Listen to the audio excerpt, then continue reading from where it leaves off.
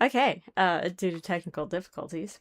Um, also, your cord is hanging in front of my thing, so like it's not tracking very well. Okay, due to technical difficulties. Yeah, but now it's yeah. I forgot to switch the output.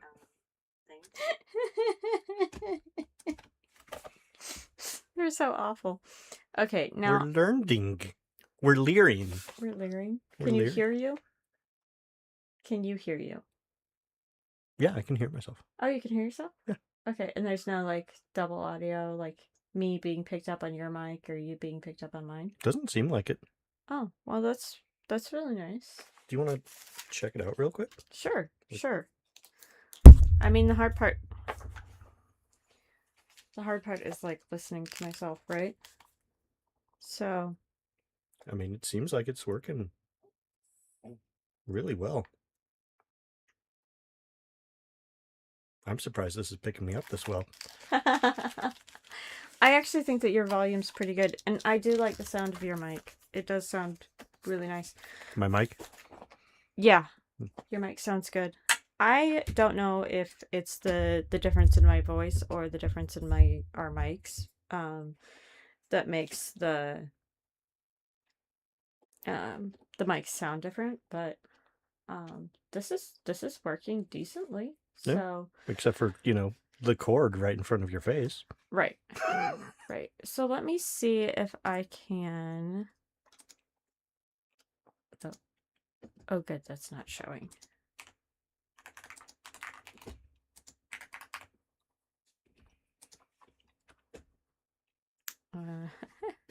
Oh, look at me. I'm let's see. Honey, am I a freelancer solo creative or do I work at a creative agency? I don't know. I do creative work in my free time.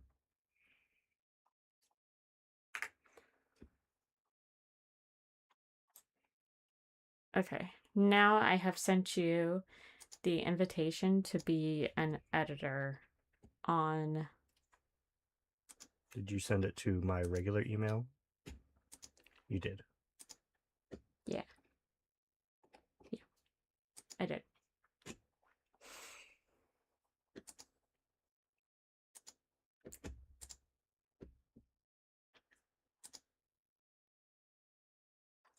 So that should allow you to be an editor on here. Which, oh my gosh, yeah, your cord is like right in my face. Right in the middle of my screen. Lovely. I'm sorry. Do you like your avatar? My avatar that I haven't finished my outro on yet? No. Because you don't have an I don't actual have like it pulled up. tracking or anything. Oh, I get to be the little Yeah. booger thing? It's not a booger. It's a monster. I will be a little monster today. He's a little happy monster. Look at him. He's so happy. Happy. Happy, happy, happy, happy, happy, happy, happy. Say something, dear. Am I animated? Sure. Okay. Yay! I'm gonna be a little gremlin and be annoying. Yay! When I do the yay, you should probably just move it around a lot. Yeah, that's what I did. Oh yeah, because I forgot that there's a delay. Yeah. There's a 30-second delay. That's the yay. Yay! I like how you looked really sad when I said that. Because I was looking at you. Okay, I gotta turn my window capture back on. All right. So, yeah, I don't have like a video or anything tonight. I just have like my notes in my book. Oh, right. I should probably like open my Sprite, right? I went upstairs to look for the missing item, and I got to the top of the stairs, and I was just hit with this like wave of nausea.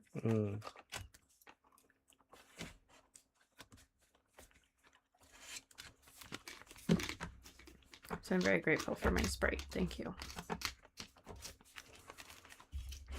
I'm going to unplug this from my microphone.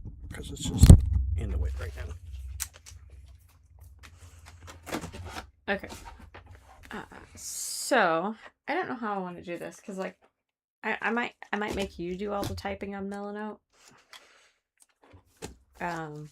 Because I have to move my keyboard out of the way, so we'll see. You might have to be my hands on there. So I tried to find, and I know you tried to find it too. This book on the interwebs as a PDF or a ebook, but that just wasn't something that we could do. Are you comfortable? Nope, not at all. Are you comfortable now? Nope. Let's continue. Okay. Cool. So, yeah, I couldn't find it. So, I was very disappointed in that. But also, like, not surprised. It's a pretty old book. The good one is, anyway. Yeah, the good one is the ones before 89. Because, like, this isn't that I have. This isn't even the first. Is it Cults or Cult? Cults. Because this book it doesn't just cover Mormons, right? It covers Jehovah's Witnesses, Christian Science, Mormonism, Spiritism, Theosophical Society, Zen Buddhism, the Baha'i Faith, Unity School, Anglo-Israelism. I don't know what that is. I've never heard of it. Herbert W. Armstrong and the Worldwide Church of God. Church of God I've heard of, but I don't know what Anglo-Israelism is. I'm guessing that's weird people who like Dr. Walter Martin. He had 4 PhDs. That would be important. Unification Church, Scientology, Eastern religions, Islam, and then some other things, a thing on Adventism, Unitarianism, Rosicrucian, and Swedenborgism.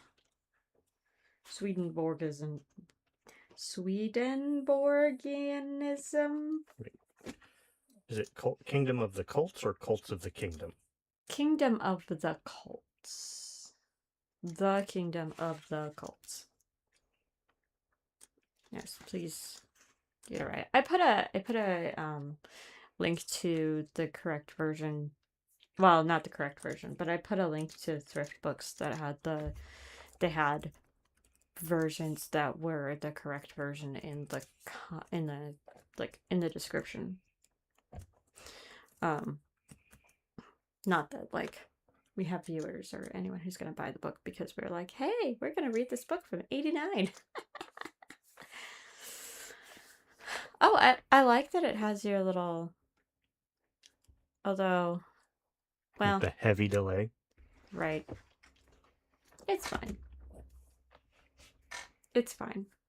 So let's make this bigger and centered, bold, and then can we make the text large heading? There we go. Okay, cool. So put that there, I think. And then I want a new note in the middle. So we have kind of 3 so what do you think, how would you define a cult?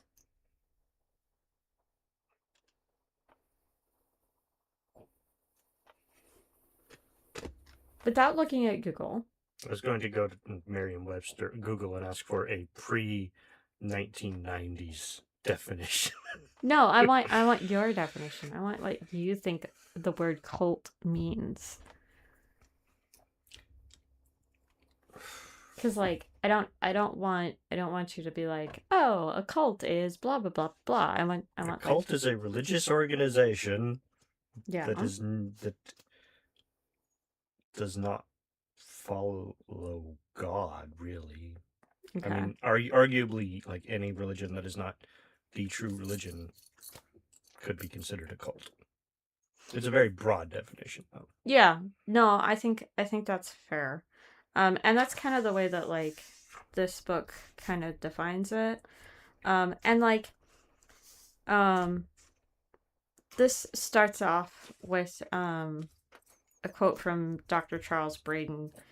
And he defined cult as any religious group that differs significantly in some or more aspects as to belief or practice from those religious groups which are regarded as normative expressions of religion in our total culture.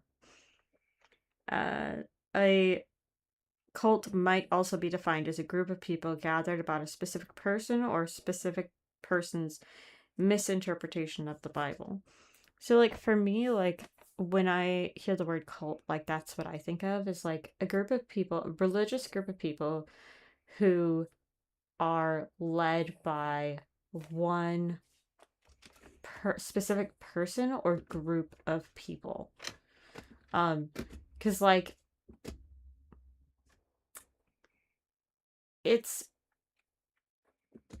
I mean, one could argue that with that definition that Christianity could be considered, well, like, Catholicism under that definition could be considered a cult. Yeah. Because they followed the Pope exclusively. Yeah. Or Eastern Orthodoxy. I don't really know enough about them to. Well, feel but they comfortable have like making the that claim. patriarchy, or not the patriarchy. Down with that patriarchy. Down with the patriarchy. No, they have the patriarch, which is their version of the Pope. Mm. Because they Did not I- getting into the history of it, but there were one time 3 popes. Did I ever show you? I never showed you the Simpsons clip where they meet the version of the Pope for their church. I look really unimpressed with you right now. I know you do. But like because everything we say and do leads me to, oh, hey, a Family Guy clip. No, Hey, no. a My Simpsons clip. Oh, your avatar. My avatar looks really unimpressed. Oh, so it's a reflection of you then. Yeah, just look at her like. You look really tired. When I look over at you, I'm like, really? Yeah. Anyway, the quote unquote Pope for their Presbylutheranism is called the Parson. The parson. The Parson. The parson. And he's like Okay. a youth pastor type character. He is so dumb. Okay, Anyway. I'm gonna move myself over here, and I'm gonna move your little guy over here because I am. So then, when you look annoyed at me, then you're actually looking at the monster me. Yeah, I'm looking at your little avatar dude. Who's not looking at me. I wonder if there's a way I can like flip this. Is there a way to do that? Oh, transform. Is it vertical? Nope. Try the other vertical, honey. I know the difference between vertical and horizontal, but not when I'm thinking about things. I don't know. Anyway, Anyway, I got you off subject. I apologize. Sure. So, I think the running definition of cult would probably be like a religious group of people who follow a specific person who deviates from Christian norms, which I guess is like Lutheranism, but Presbylutheranism. Presbylutheranism. The Methodist is just the worst name for a church. I can't. Anyway, so now that we've got a definition out of the way, what's a cult? It's a thing. It's a thing.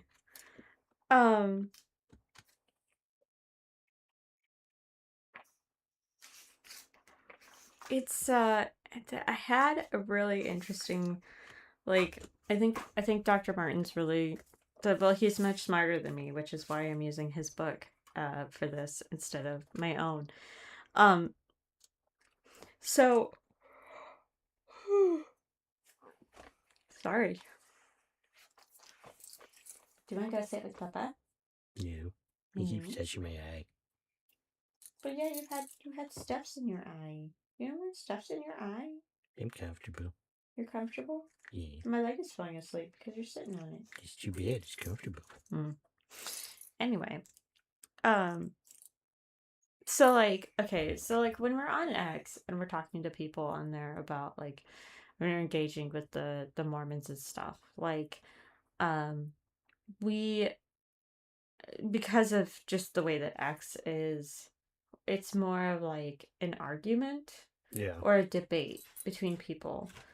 And I think that I will pass you the dog. I think It that is my turn to speak. I hold the dog. Huh? It is my turn to speak now. I hold the dog of speaking. No, but you didn't do the reading. Nope. I don't know Jack. Anyway.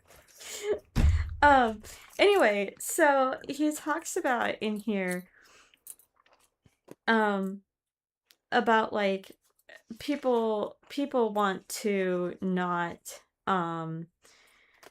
divide people into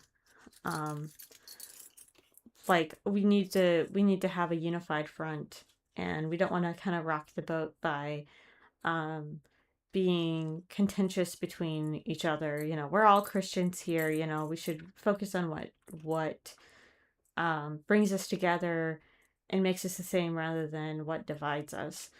And that doing that with cults, especially because of the way that they're structured and the way that they treat their members, is really dangerous and can lead people who don't know about cults down a dangerous path. Because we don't want to demonize people who are in cults, but we also don't want to make our fellow Christians think that these cults aren't dangerous or wrong, right? So we have to be careful, but we also have to remember that like we're not. I don't know what I'm trying to say. Does this make sense? I think so. Yeah. You think so? I think so. Okay. I'm not really sure where I'm going with this stream. Like, I know I read this and I had like thoughts and like ideas, and I did a lot of highlighting and you know in my book, but I really came into this without a plan, which is not a good idea. But one thing that he talks about in here, and which I want to put in the middle of the board, is the It's not letting me type in it. It's not letting you type in No, it? because you're on it. Oh. Can you type now? No, I can. Okay. I kicked you off of it. Okay. So the thing that I want in the box is this. It should say, our primary objective is the winning of the soul and not so much the argument.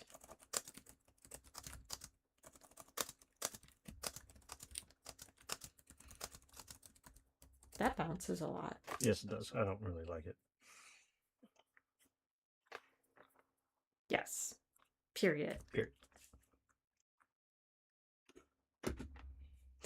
So, and this kind of goes back to what Dr. Montgomery was teaching in his apologetics class, was that like while we would want to make people Lutherans when we talk to them, we also don't want to keep them from Christ just because we want them to be Lutherans and not Methodists, or we want them to be Lutherans and not Catholics. Like, Catholics are Christians. We don't want to take the conversation between us and, say, a Catholic and explain to them how they're wrong, and they end up just turning towards, like, full atheism, no God and all that. Well, yeah, but I mean, we're also not trying to, like, we're not going to be engaging in engaging in politics, engaging in apologetics with a Catholic either. Yeah. Because they're already a Christian. Apologetics is really for the non-Christian. The person who doesn't believe in Christ. And so we reserve apologetics for those who don't believe. Because we're trying to bring them to Christ. And if someone has a problem with the primary objective of the apologist is to remove the roadblocks between the unbeliever and Christ. And so we're trying to move them in that direction. So if they, for example, have a problem with, I don't know, if they have a problem with baptism, they don't think that baptism is a thing. You know, they could always be a Methodist or Presbyterian or Baptist. They don't have to be a Lutheran, although that's what we would prefer because we think Lutherans are right. If they want to go to Methodist, they got another thing coming. We are not the Borg. You will not be assimilated. Though we would love to have you. But anyway, so I'm trying to think, like, okay, how I want to approach this and what my thoughts are.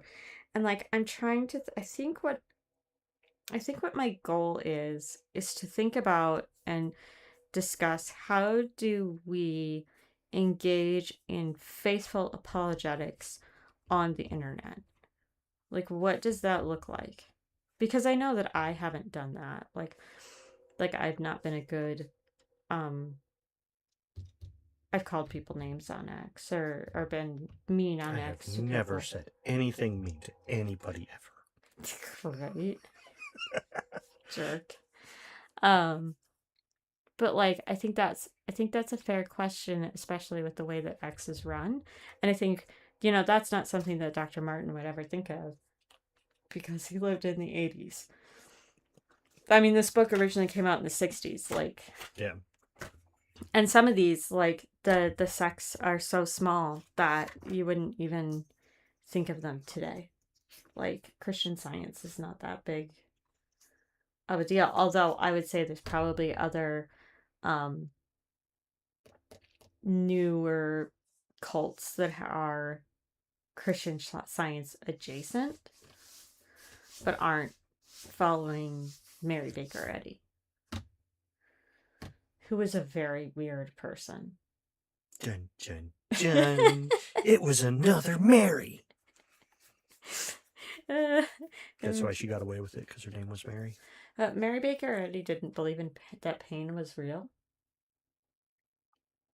Pain is just weakness leaving the body. No, pain was not real. Pain did not exist. But she did take copious amounts of morphine at the end of her life. Mm. You know how you prove to someone that pain exists? You take a hammer to their foot. No. That's just your lack of faith. You can read all about Mary Baker Eddy in here, but we're not talking about Mary Baker Eddy. Nope. We are talking about cults. So, I found a really funny quote in here, but I'll get to that in a minute. So, if we're looking at cults from biblical perspective, we want to win the soul, not the argument. We're not trying to win an argument. We're not trying to debate with people. We're trying to move them to Christ. And we should not excuse false teachers for what they're teaching people. But we should be kind and compassionate to those who have been led astray by those teachers.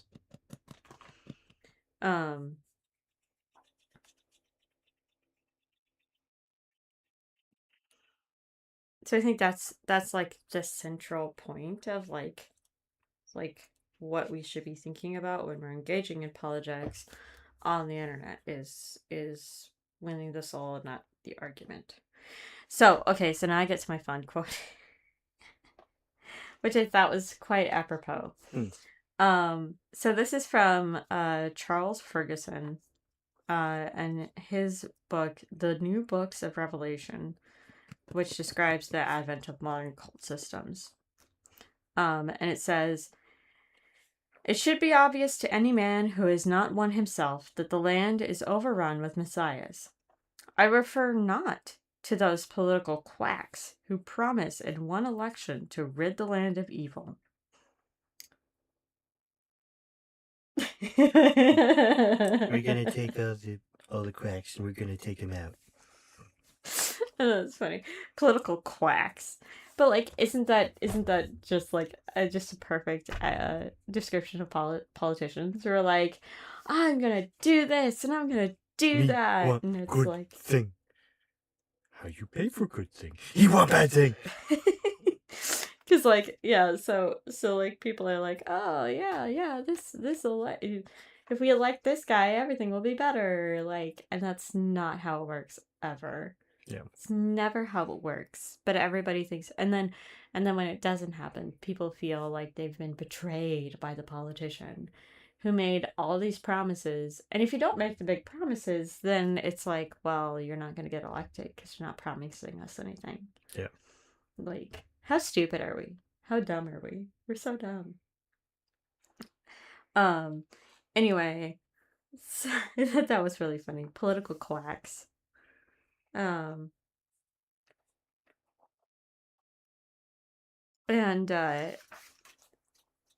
so then he gets into, so that's kind of chapter 1, kind of explaining like where cults come from, how we're approaching cults, what a cult is. And then he gets into the language barrier. So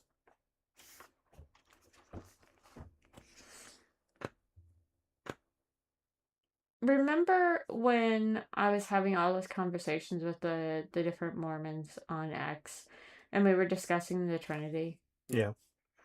And like, the one guy said that the Trinity was like some kind of like Time Lord shit. I vaguely remember that one.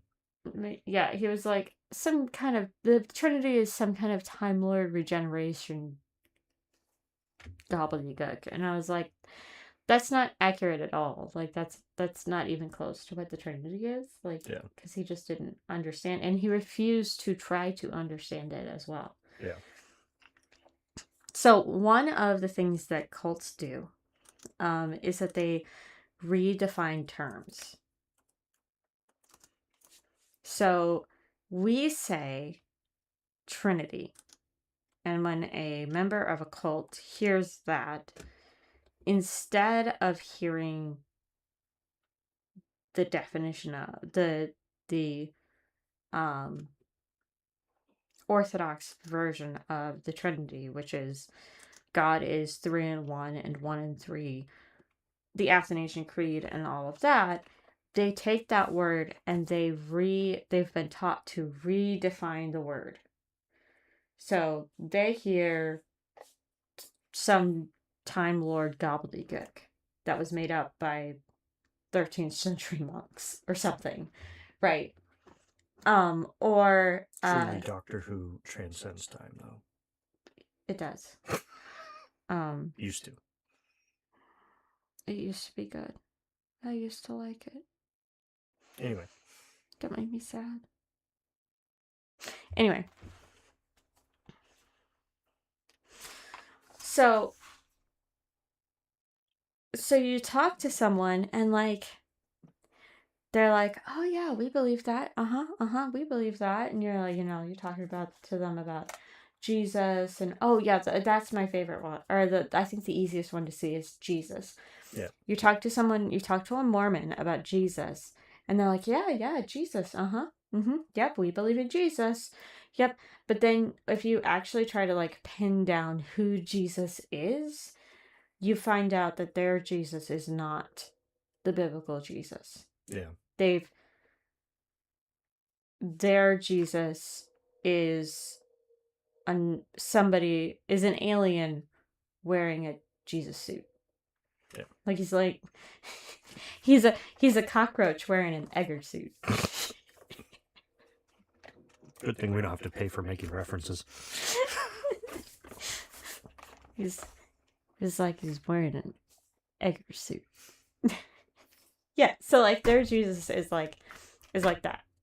He's wearing a Jesus suit, but he's not actually Jesus. They call him Jesus. They talk about him like he's Jesus, but he's not the same person. And a lot of things do that. A lot of cults do that, where they take the definition of something, they change the definition of it. So then when you're talking to someone, you think, oh yeah, we all believe in Jesus. And part of the reason they do that is because they want to be seen as Christian, because they want the legitimacy of Christianity. Yeah. But they also want to be seen as the only true Christianity. Yeah. Because everybody else is wrong.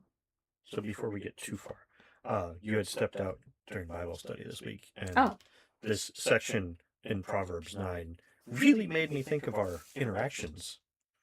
Okay. I can just read it to you. Oh, no, that's okay. I'll put it up. Oh, okay. I will wait till you put it up then. I could copy it and put it on there. You could. Proverbs 9? Yeah.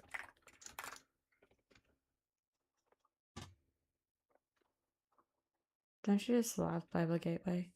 I do. It's been one of the greatest things I've ever found, or you've ever shown me. Which, So, 7 to 12. 7 to 12. Okay, so right in here. Whoever corrects a scoffer gets himself abuse, and he who reproves a wicked man incurs injury. Do not reprove a scoffer, or he will hate you. Reprove a wise man, and he will love you. And, I mean, I can go into all of it, but particularly the part about a scoffer just really made me think of the Mormons and their very quick dismissal of anything we said. Yeah. I think that is oops. I always move the background instead of me, and it's very irritating. There we go. Okay. Myself. Yeah. No, I think that's true. And I like, cuz I was there when we read that verse, and I was thinking about that too. I was like, yeah, like these people are scoffing us, but then again, I sit there and I go, they've been taught to do that. Yeah. That's how the part of how the Mormon Church maintains control over them is, you're going to hear from these Christians who are going to tell you things that we disagree with, and you should dismiss them out of hand because they are not they're not right, and they don't deserve to be listened to. And actually, like, okay, so like that gets into like chapter 3, which is the psychological structure of cultism. And I just want to read this section. I mean, I could just sit here and just read all of this book. I think I might get in trouble with Ravi Zacharias for that, but so I added a couple things before you get started. Oh, okay. So they really drive home that us versus them worldview and suppression of dissent and critical thinking. Yeah. That we all try to introduce. Yeah. And there's a,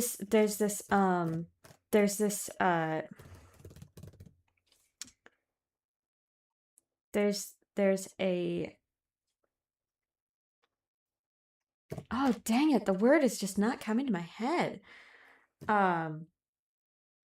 Aspect. That's the word I wanted. Aspect. There's also this aspect of extreme isolation too.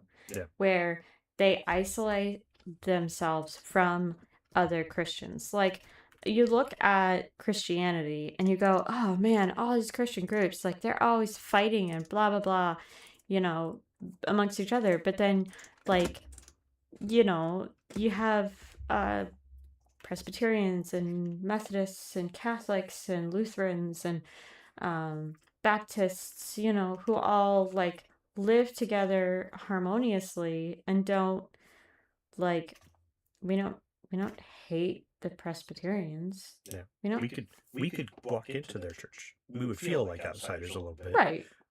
But we would still be at least somewhat welcome, unless like we, pooped on someone's doorstep or something. Right. Yeah. Like, and I think part of that is like you go in, and even if you don't believe, or even if you don't agree with the way that they run their church or the way that their music or whatever, you still hear God's word in that place. Yeah. And as long as that is occurring, this is a Christian church, even if their theology is wrong. And you disagree with them on some things. I mean, I think there are some Protestants who would say Catholics are not Christians, but I disagree with that. I think there are some Catholics who aren't Christians, but I think Catholics, on the whole, are Christians. Theological differences aside, that we could argue for eons, Yeah. but I mean, there's some Lutherans that are, I would say, probably fall under that of not being particularly the CEOs. Yeah.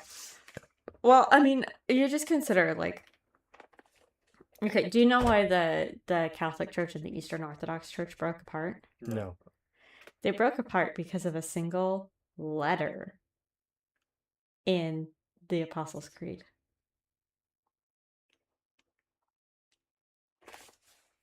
It's a hell of a reason to break up with your lover.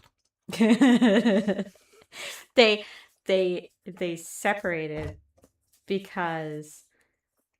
Oh wait, was it the Apostles' Can't be with you. Creed? Penny's name No, is it's the actually Nicene spelled Creed. with one N. Oh. That is a problem. Yeah, it's a single letter. A single letter divided the two churches, and now they've been apart for so long. The differences have kind of become even more exaggerated. Yeah, the schism has become bigger, but yeah, it's a one letter because we're stupid. Well, not stupid. We're sinners, I guess I should say, would be the better way to say that. But I mean, I'm willing to admit I'm stupid. Yeah, I mean, okay, so we talk about cults and how they condition their adherents like Pavlov's dogs. They teach them, when you hear this is your response that you should have. So I want to read this, and this quote comes from the Watchtower magazine from December 1st, 1951. Is that Jehovah's Witnesses? Yeah, this is the Jehovah's Witness, the Watchtower Society. Yeah, so, okay.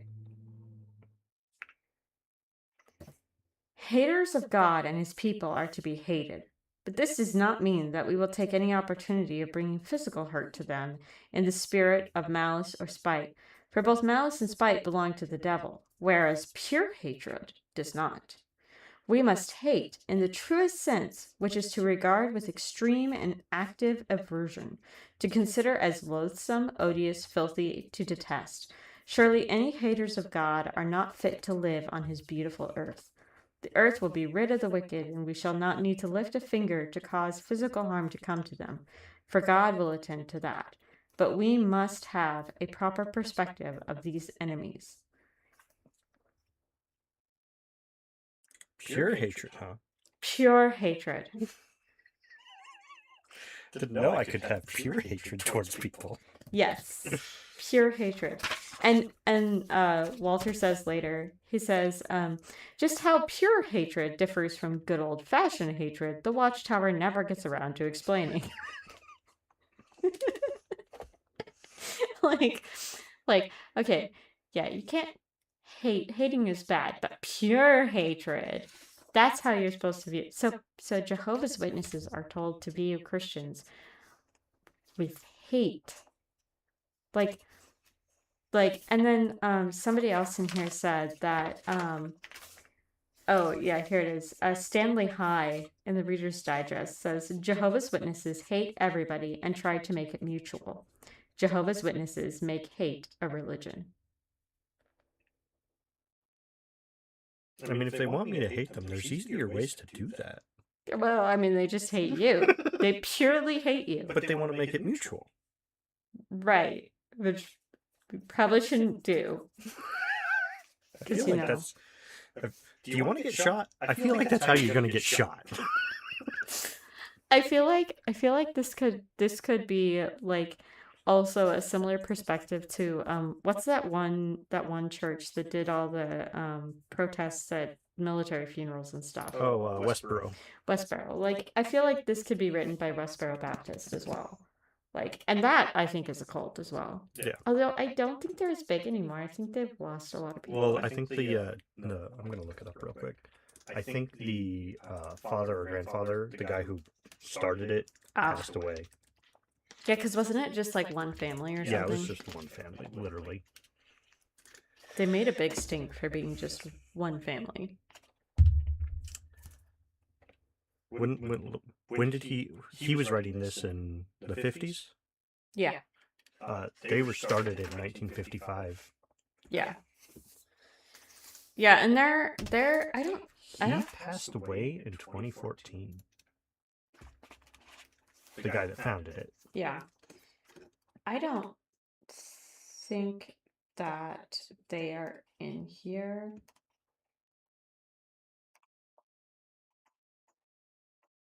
Let me see. That would be under W West Baptist. Yeah, they're not in here. Yeah, they're not in here.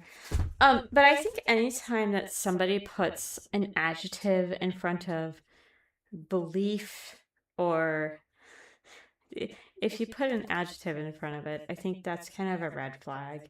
Like, true believer. You must be a true believer. I think that's a red flag to me. Like, how do you know someone's... Can I go on a slight tangent here? Sure, go on a slight tangent. Okay. So in 1995, someone sent a pipe bomb to his daughter's house, thinking that's where Fred Phelps lived. Oh. It damaged an SUV, a fence, and part of the house, but nobody was injured. Thank goodness. But it was a pipe bomb that was sent to his house. Okay. 2 people were arrested and charged for the bombing, and both admitted to causing it. They believing that was the pastor's house, and they wanted to get back at him for anti-gay protests at Washburn. But that's not related to what I'm going to complain about. I'm going to complain about the sentencing for one of these bombers. Okay. Because it doesn't say what the other one got; it just says what one of them got. Okay. Fined in 1995, $1,751. What? There is a little more to it.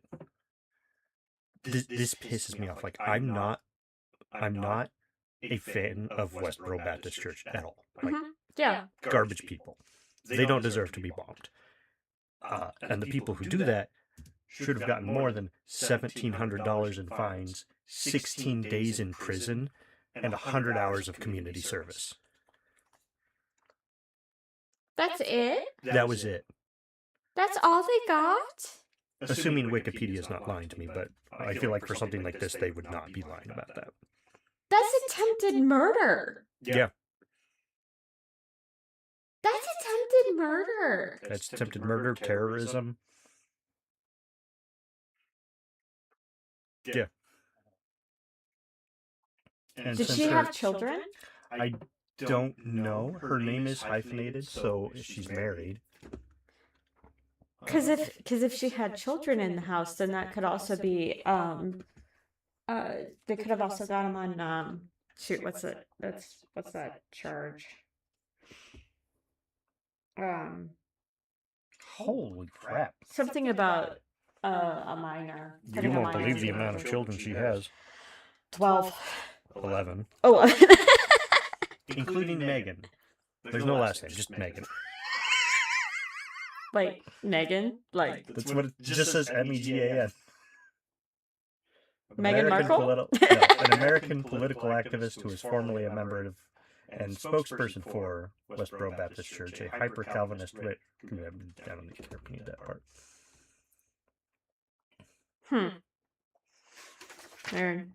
Yeah, I know. I don't think we should be bombing cultists, and I think if they got a family tree here.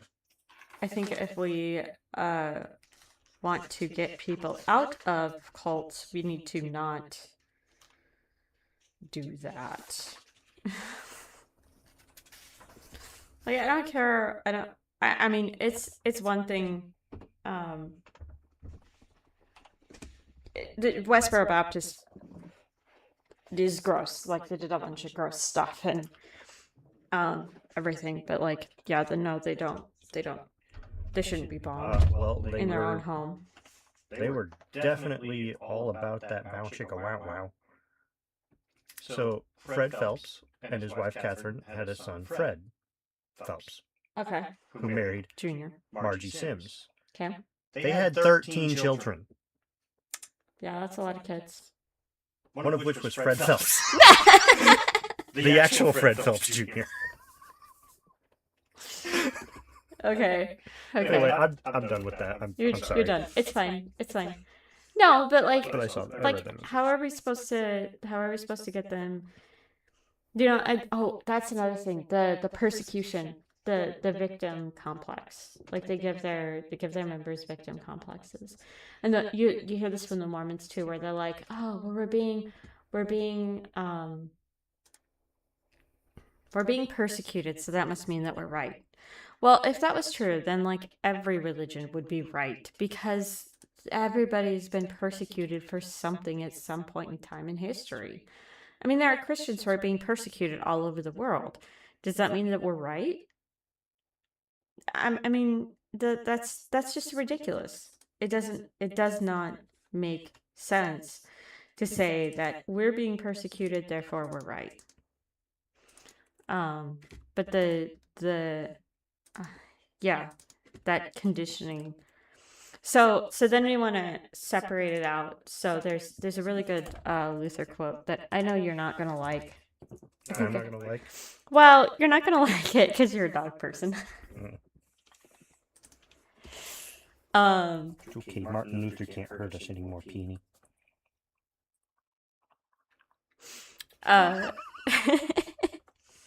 He has a dog in his lap. Anyway, so there's this Luther quote, and he says, "Kick the dog and comfort the child." Meaning, when the dog bites your child, you punish the dog and you comfort the child, right? Now, if the child pulls on the dog's ear, then you know. Kick the child. No, you Drop don't kick kick the child. Punt him. You teach the child not to pull the dog's ear. But the idea is that you don't punish you punish the teacher, not the student. Right? So instead of punishing the followers and being mean to them, you can be critical and not attack, but like your tact should be not towards the personal attributes of the person who's being taught, but rather the teachings of the teacher who is teaching them. Attack the ideals, not the person who believes them. Right. So if you're going to go after the Mormon Church, you would go after the teachings of the Mormon Church, not the Mormon member themselves.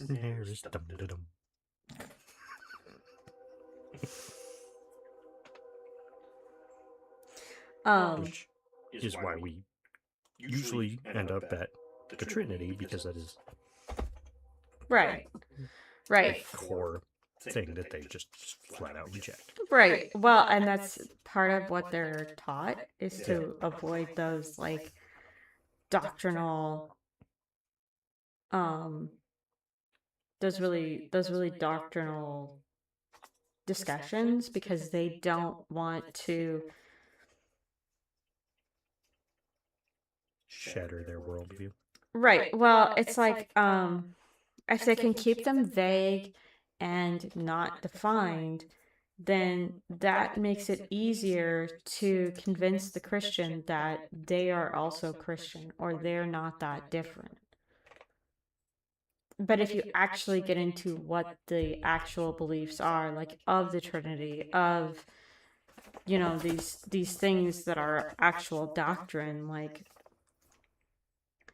deity of Christ, atonement, bodily resurrection, then they have to define their terms. And when they go to define those terms, you find the differences.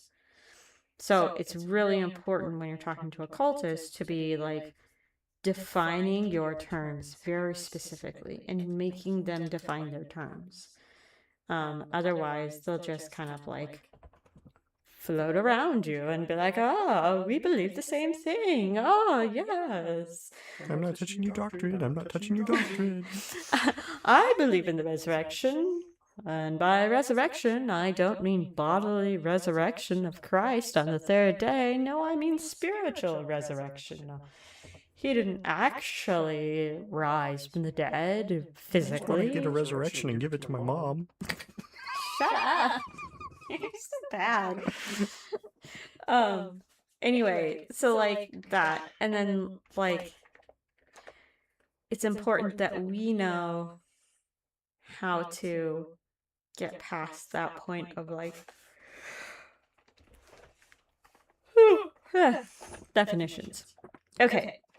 Last thing I want to talk about, because we've been on for an hour already, and so that means it's almost 10 o'clock, which means we're going to turn into pumpkins. And this has nothing to do with what I read. Cool. So, do you know where chiropractics was invented? I'd probably guess like Southeast Asia. No. Davenport. Iowa? Yes. Okay. Davenport, Iowa. Why? Okay, so according to what I saw, and I'm not sure exactly if this is accurate, but there was a guy in Davenport, and he was what's called a magnetic healer. So basically, like, they believed that people had magnetic fields around them, and if you waved magnets over people, you could cure their diseases. Right? So that got outlawed by the government. Like, they cracked down on magnetic healers and were like, this is not, it's not real. It's not a thing. It's a scam. And so they cracked down on it. So he had to find a different tact to continue his business. And he came up with chiropractics.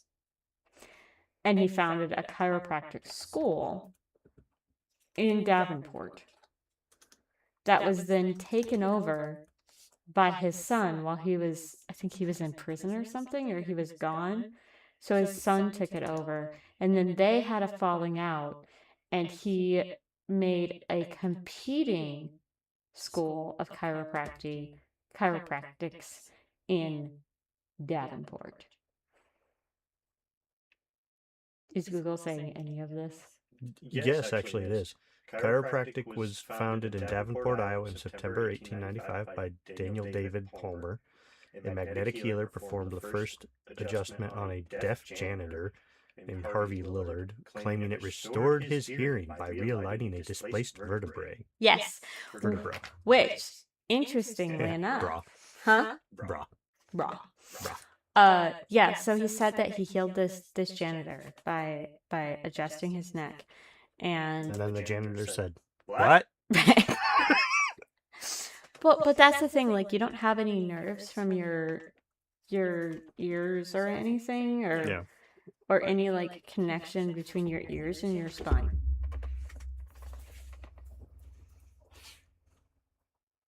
Yeah. Anyway, But he did it with magnets. no. That was before. Oh. This was not magnetic. This was him adjusting like a neck crack, right? Mm. So basically what happened is this Palmer guy, so he was very religious and he tried to start a chiropractic cult. His son, who took over the Palmer School of Chiropractics in Davenport, he decided that this was not to go the religious route, but to go the business route and to make it into a business. And he may or may not have run over his dad with a car. Mm. They don't seem to mention that part. But I was like, wait, what? So chiropractic was originally supposed to be a cult? What? A religious cult? Like, In 1906, Reverend Samuel H. Weed coins the word chiropractic from Greek roots meaning done by hand, care and praktos. I probably butchered that. probably. It's okay, I don't speak Greek. I do a little, but I can't see it. Let me see it.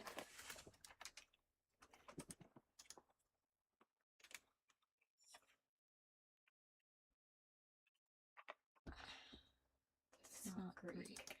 I mean, it is Greek, but it's like anglicized Greek. Like it's not like in the like Greek. Does that help? Okay. Yeah.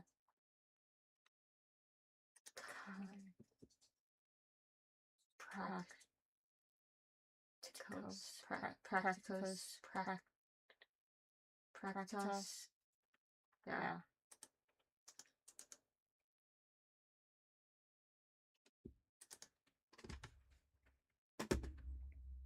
I was hoping I could get it to pull up. No, the Greek is fine. Chi, yeah, that's Well, I wanted the pronunciation. or care. I wanted the pronunciation. Because it's chi, epsilon, iota, rho. Ah, there it is. Care. Care. Yeah. So it'd be care practicos. Practicos. Yeah. Care practicos. Because it's pi, rho, alpha, kappa, tau, kappa, no, iota, kappa, omicron, sigma, practicos. With the stress syllable. Let me go get Everett. He can send it out. Right. Well, so and then the stress is on the cos. So it's practicos. Yeah, anyway, so that was my tangent on that. I saw a video on YouTube about it, and I was like, oh, that's really weird. I didn't know anything more than that, because I didn't finish the video, and and then there was also, like, they were drawing parallels between chiropractics and Scientology. Mm. With, like, the e-meter. So apparently the e-meter was originally invented as a chiropractic device. Okay. Yep. Mm-hmm. I need to go read my thetans now. Yep. Have your chiropractor read your thetans. It's important that you get your chiropractor to read your thetans. If your thetans last longer than 4 hours, seek a medical professional. No, but I already went to a medical professional to see my thetans. Okay. Well, anyway, that's all I got tonight. I just thought that the chiropractic was interesting. Whether or not, chiropractic today is related at all to, you know. Sorry. If I was a asshole, I could go into a chiropractor's office and just kneel down before him. I don't. No, because the current day chiropractors are not students of the elder Church of Chiropractic. Right. They're not Yeah. followers of the necessarily of the elder Palmer, but rather of his son, who was more business minded and less I want to make a religious cult. And I do have to admit, there are people who have benefited from chiropractic, which is not a word, but I don't care. Chiropractics. Yes, that's the word. Chiropractic. See, I'm tired. Chiropracticos. Yes. Care keep. I don't know. I'm tired. I mean, yeah. I've never been to a chiropractor. I prefer physical therapy to chiropractic. Yeah. But that's me. So I prefer to keep all of my stress inside my body so that it holds me together. I just thought that was really weird and a really weird video, and I was like, that's a really weird story. So anyway. All right, well, let's be done for this evening, since, that's all I had. Well, I mean, I have more, but I'm not going to share it because you don't deserve You have to read the book yourselves. You don't deserve my wisdom. I scoff at you. The wisdom of a high school educated stay-at-home mom. You're not high school educated. You're college dropout. You've had some college. Oh, I'm sorry. That's better. That's much better. A two-time college dropout. And you're married to a 2-degree holding photographer. That's right. You do have 2 degrees, don't you? Yep. And you don't use either of them for Nope. what you work. I make the vans go vroom vroom. All right, let's go. Okay. All right, good night, everybody. Just a second here. Let me, Fritz, wave goodbye. Say bye-bye. Bye-bye. Oh, shoot, I didn't grab you. I grabbed the background. No. There we go. I started shaking so violently it shook the world. Try it Bye-bye. again. Bye-bye, everybody. Yay!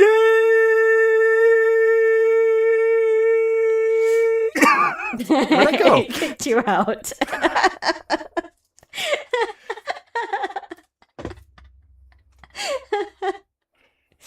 All right. All right.